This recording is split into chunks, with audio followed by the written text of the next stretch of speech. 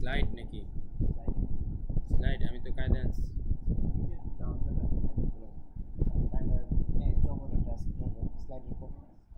Slide মাত্র 12টা present করে দাও।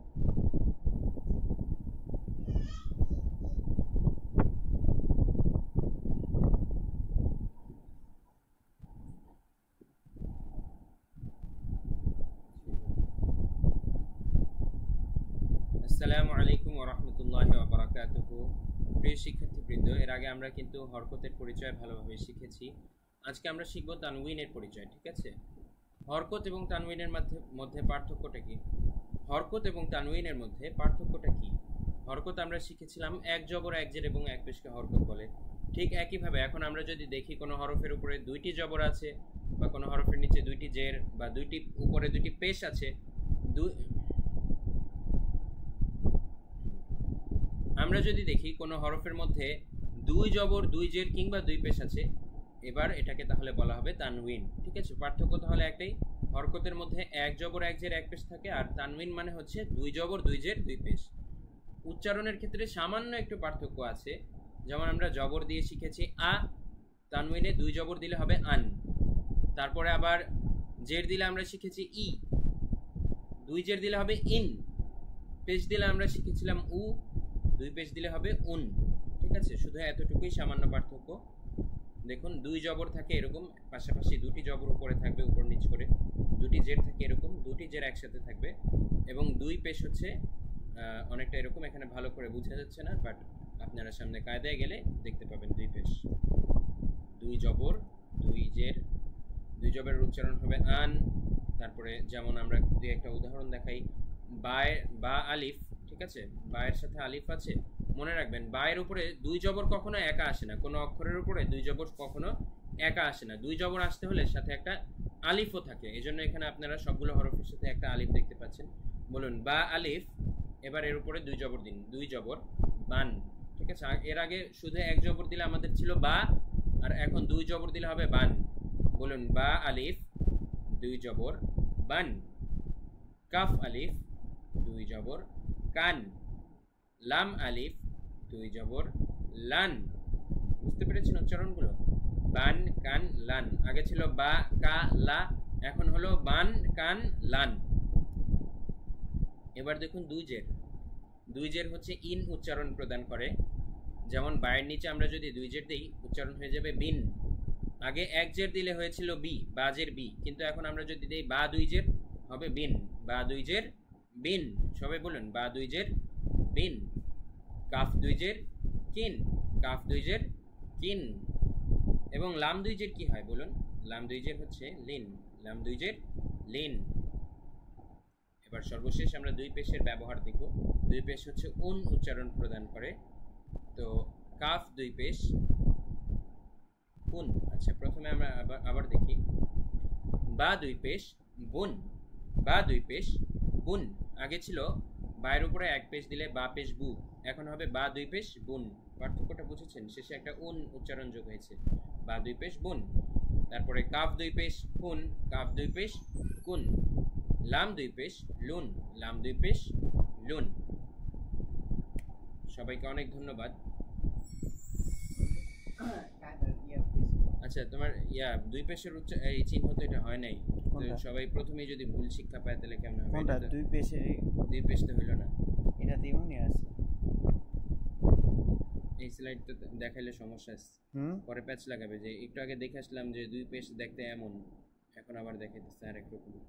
দুই পেশ তাহলে কায়দাতে দেখায় দাও। আমার কাছে হয় নাই দুই পেশ, দেখো দুই পেশ কিরকম। কায়দার মধ্যে তুমি সালাম দিছ না, ওই দেখো।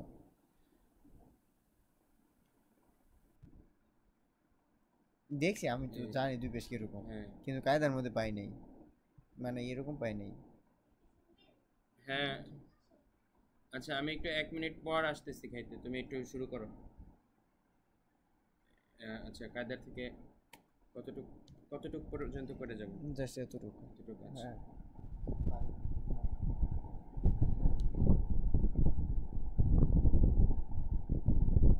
আসসালামু আলাইকুম ওয়া রাহমাতুল্লাহ। প্রিয় শিক্ষার্থীবৃন্দ, এখন আমরা কায়দার থেকে দেখব প্রত্যেকটা হরফের উপরে, ওইখানে তো মাত্র 3টি উদাহরণ ছিল, এখন আমরা প্রত্যেকটা হরফের মধ্যে দুই জবর বসিয়ে দেখব যে উচ্চারণগুলো কেমন হয়। ঠিক আছে, একইভাবে হবে সবগুলো, কিন্তু তারপরেও আপনাদের পূর্ণাঙ্গ বোঝার সুবিধার্থে সবগুলোর উপরে দিয়ে আমরা বসাচ্ছি। আচ্ছা, আমি প্রশ্ন করব, আপনারা বলবেন, আশা করি আপনারা পারবেন। আমি প্রশ্ন করব, আপনারা বলবেন যে দুই জবর দিলে কেমন হবে। ঠিক আছে, আর আরেকটা জিনিস কিন্তু আগেই বলে নিই, আলিফ ছাড়া আরও বাকি যতগুলো হরফ আছে দুই জবর কখনো একা আসে না, দুই জবর সাথে একটা আলিফ নিয়ে আসে, সেজন্য সেই আলিফ সহ আমাদের বলতে হবে। প্রথমে এটি বলুন, এটি কি? এটি হচ্ছে হামজা দুই জবর আন।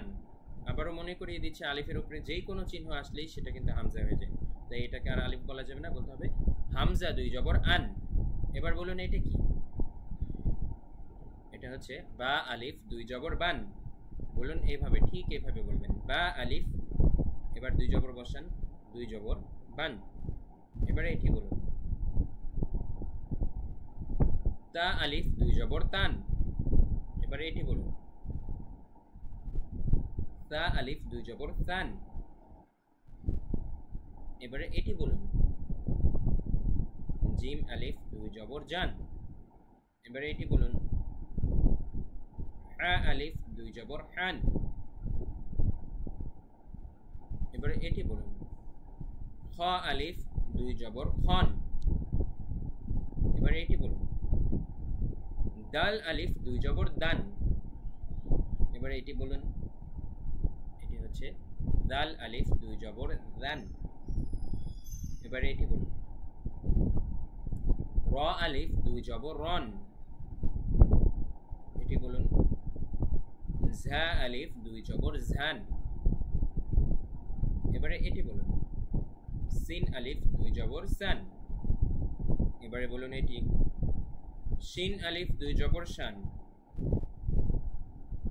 আপনার উত্তরগুলোকে আমার সাথে মিলছে? যদি ঠিকমতো মিলে থাকে তাহলে আপনি বুঝতে পারবেন আপনি পারছেন এবং আপনার উত্তরগুলো সঠিক হচ্ছে। হুবহু কিন্তু আমার সাথে মিলতে হবে বলার ধরন। এবারে এটি বলুন, এটা হচ্ছে সদ আলিফ দুই জবর সন।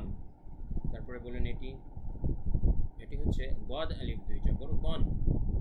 এবারে বলুন এটি, ক আলিফ দুই জবর কন, এবং এটি হচ্ছে গ আলিফ দুই জবর গন। তারপরে বলুন এটি, আইন আলিফ দুই জবর আন। এবারে বলুন এটি, গাইন আলিফ দুই জবর গন। এবারে এটি বলুন, ফা আলিফ দুই জবর ফান। এবারে এটি বলুন, কফ আলিফ দুই জবর কন। এটা কাফ আলিফ দুই জবর কান।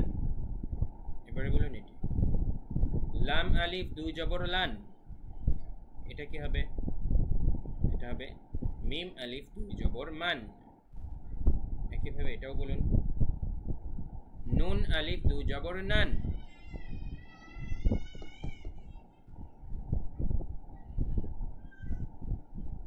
হ্যাঁ, আবার নুনেরটা আবার, নুন আলিফ দুই জবর নান। এটি বলুন, ওয়াও আলিফ দুই জবর ওয়ান। এবারে এটি বলুন, হা আলিফ দুই জবর হান। এটা এবারে এটি বলুন, হামজা আলিফ দুই জবর আন। এবারে এটি বলুন, ইয়া আলিফ দুই জবর ইয়ান। তো এর মাধ্যমে আমরা প্রত্যেকটা হরফের উপরে দুই জবর বসিয়ে দেখলাম উচ্চারণটা কেমন হলো। আপনারা ভালো করে আয়ত্ত করে তারপরে দুই জেরেরটা যাবেন ইনশাআল্লাহ। আসসালামু আলাইকুম ওয়া রাহমাতুল্লাহ।